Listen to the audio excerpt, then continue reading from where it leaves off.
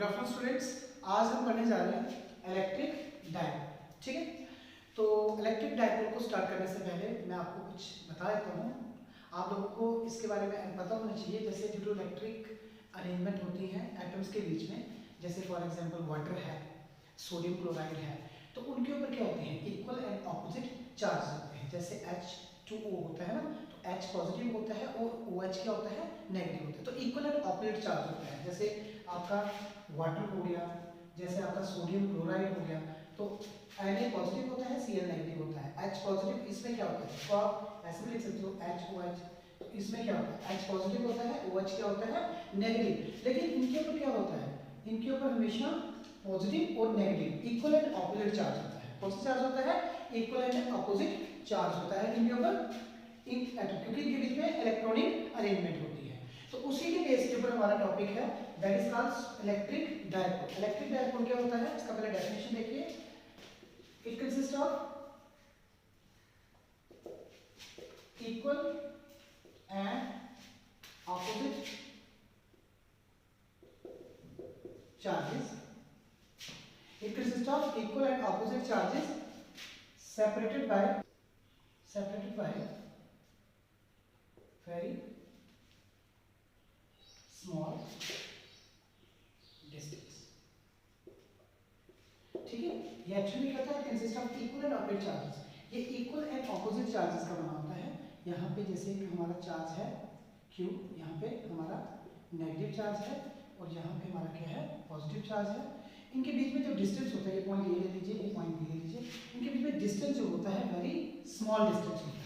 ठीक है, तो it consist of equal and opposite charges separated by very small distance. और वेरी स्मॉल डिस्टेंस क्या होता है, ट्वाइस ऑफ ए। लेकिन ये एक वेक्टर क्वांटिटी होती है जिसको रिप्रेजेंट कैसे करते हैं, ट्वाइस ऑफ ए। इसको रिप्रेजेंट कैसे करते हैं, ट्वाइस ऑफ ए के साथ। और हमारे पास यहाँ पे इक्वल एंड ऑपोजिट चार्जेस कौन से, -q एंड +q। ठीक है, तो this is called electric dipole. Electric dipole होता क्या है, क्या होता है, it consist of equal and opposite charges separated by very small distance. लेकिन ये जो डिस्टेंस होता है एक वेक्टर क्वांटिटी होता है। ठीक है,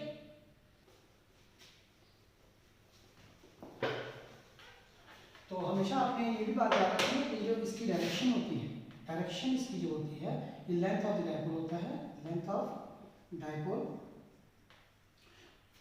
इसकी जो डायरेक्शन होती है, डायरेक्शन ऑफ इसकी जो डायरेक्शन होती है, direction is always from -q to +q। लेकिन किसकी डायरेक्शन है, डायरेक्शन किसकी, ये जो लेंथ ऑफ द डायपोल है। ठीक है, क्योंकि ये वेक्टर क्वांटिटी है तो ऑब्वियसली इसका मैग्नीट्यूड भी है और डायरेक्शन भी। तो डायरेक्शन कहां से होगी, -q से +q।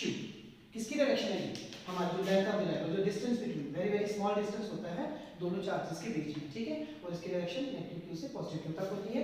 नेक्स्ट हमारा टॉपिक है इलेक्ट्रिक डायपोल मूवमेंट। देखिएगा, इलेक्ट्रिक डायपोल मूवमेंट, ये एग्जामिनेशन पॉइंट ऑफ व्यू से बिल्कुल इंपॉर्टेंट क्वेश्चन है ये। इलेक्ट्रिक डायपोल मूवमेंट, इसको डिनोट किससे करते हैं, वेक्टर क्वांटिटी है ये, p के साथ डिनोट होता है। और इसको डिफाइन कैसे करते हैं, it is defined as the product of either charge दोनों में से किसी चार्ज का and the small distance between that. ठीक है, इसको डिफाइन कर दिया हमने, product of either charge and the small distance between that. It is denoted by p and defined as p किसके इक्वल होता है, q इनटू स्मॉल डिस्टेंस क्या है, ट्वाइस ऑफ p, दोनों का प्रोडक्ट। और ज्यादा रखना, इसका SI यूनिट क्या है, SI यूनिट q का कूलम और डिस्टेंस का क्या होता है, मीटर। तो कूलम मीटर इसका SI यूनिट है। और याद रखिएगा डायरेक्शन जो होती है p की, p ऑलवेज डायरेक्टेड फ्रॉम, ये जो p है ऑलवेज डायरेक्टेड फ्रॉम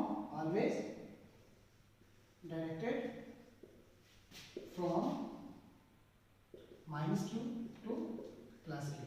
इसकी डायरेक्शन भी कहां से होती है, नेगेटिव चार्ज से पॉजिटिव चार्ज के बीच में। जैसे यहाँ पे आपका नेगेटिव चार्ज है, इसके बीच में डिस्टेंस है ट्वाइस ऑफ ए, ठीक है। तो हमेशा जो P होगा, P always directed from negative charge to positive charge, ठीक है। तो this is your electric dipole movement.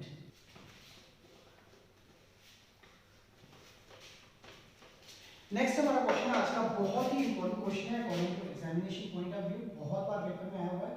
Electric field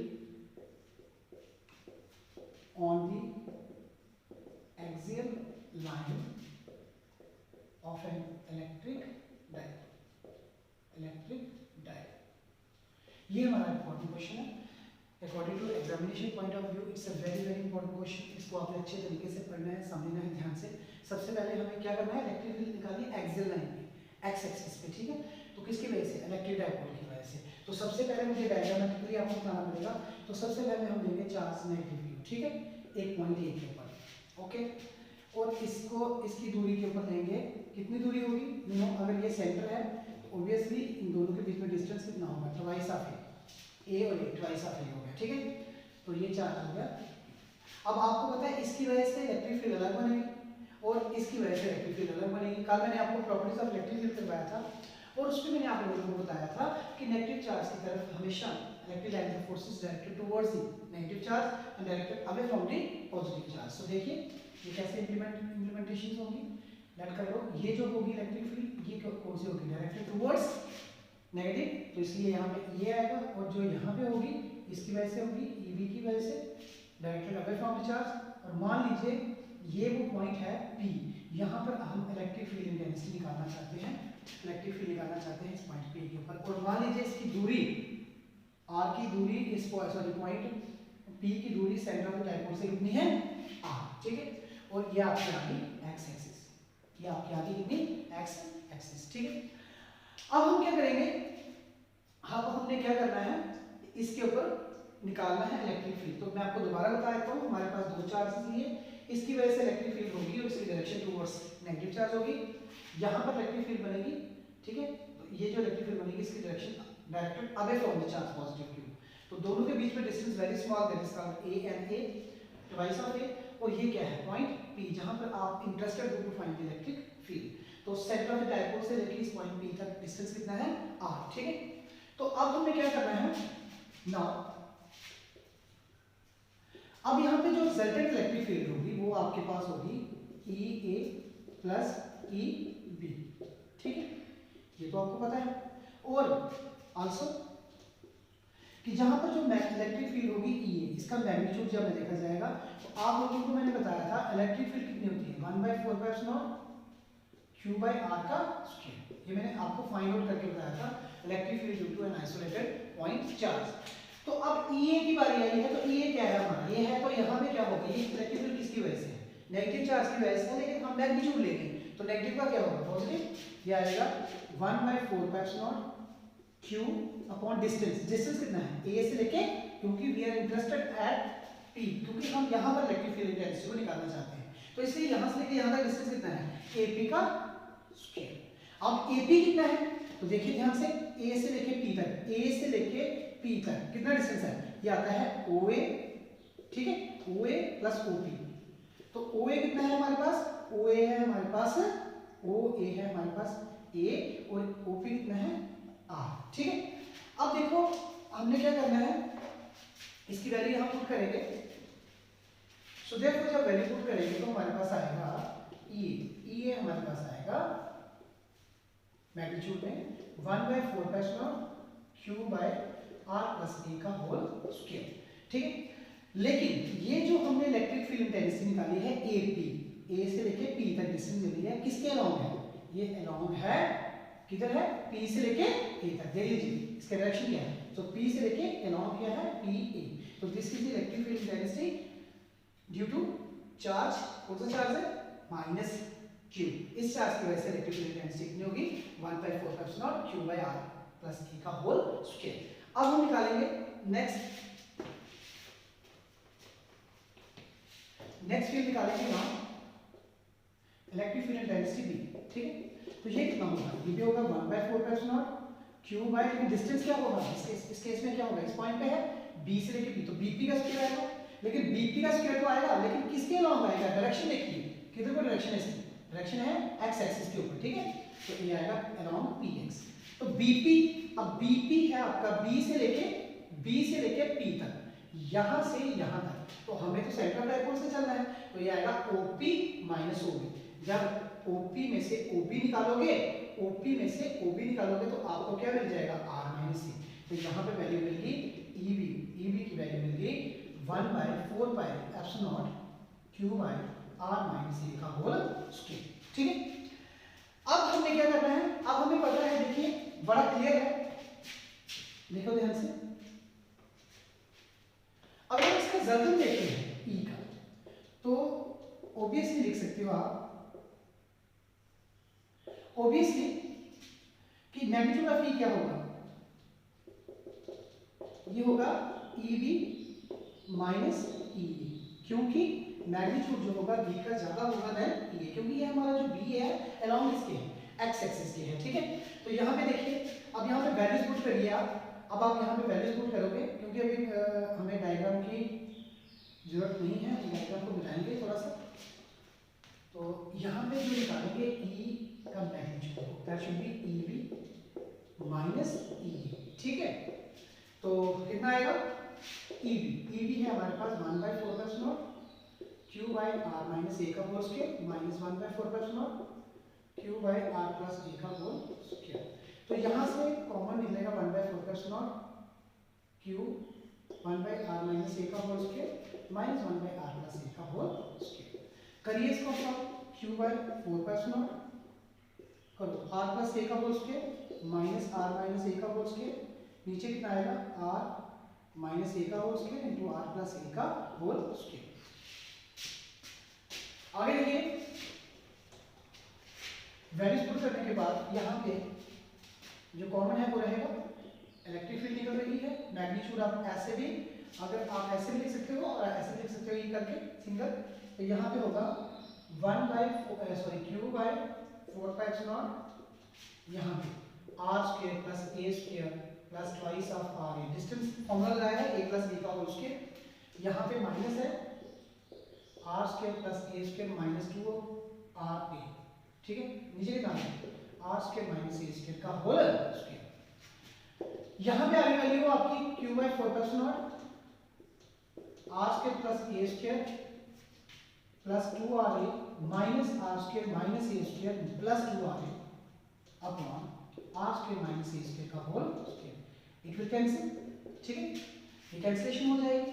अब आपके पास क्या बचा, 1 q by 4 epsilon 4 r A upon are square minus A square का होल स्क्वायर।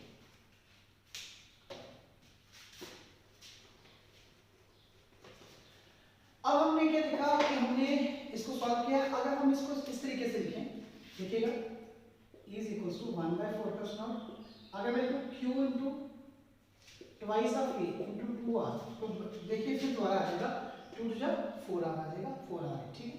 ये मैंने इसलिए लिखा ताकि मैं यहाँ पे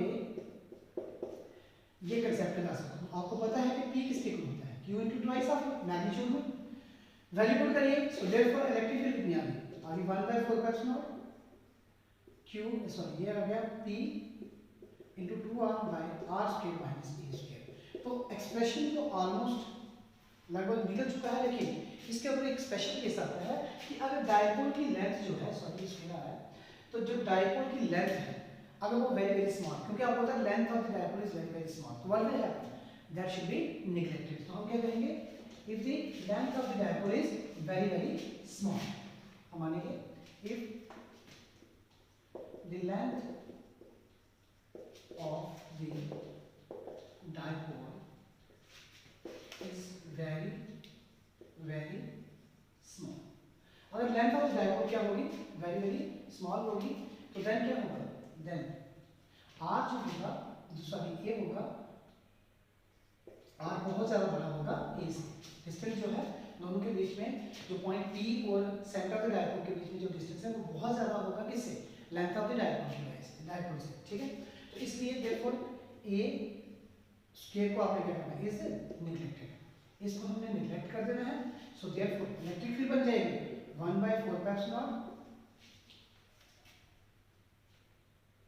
1/4 पाई एप्सिलॉन p × 2r, नीचे आएगा r² - 0, इसको 0 ही मीन्स r का स्क्वायर हो जाएगा, तो ये आएगा 1/4 पाई एप्सिलॉन p × 2r, नीचे r की बात कितनी आ जाएगी 4, ये r और ये r कैंसिल हो जाएगा, ठीक है। जब कैंसिलेशन होगी तो आपके पास इलेक्ट्रिक फील्ड मिल गई 1/4 pi epsilon twice of p upon r³। तो ये था हमारा is the required expression for electric field due to on the axial line of an electric diagram, on the axial line of an electric diagram। तो अभी हमने आज का कौन सा क्वेश्चन निकाला, ये question according to examination point of view बहुत ज़्यादा इंपॉर्टेंट क्वेश्चन है, बहुत बार पेपर में आ चुका है। इस क्वेश्चन को हमेशा आपने याद रखना है, इसके ऊपर न्यूमेरिकल बेस्ड भी हैं। और प्लीज़ आप लोग क्या करिए, इस चैनल को सब्सक्राइब करिए और ईजीएस्ट मेथड देखिए लर्न करने के फिजिक्स को। Thank you.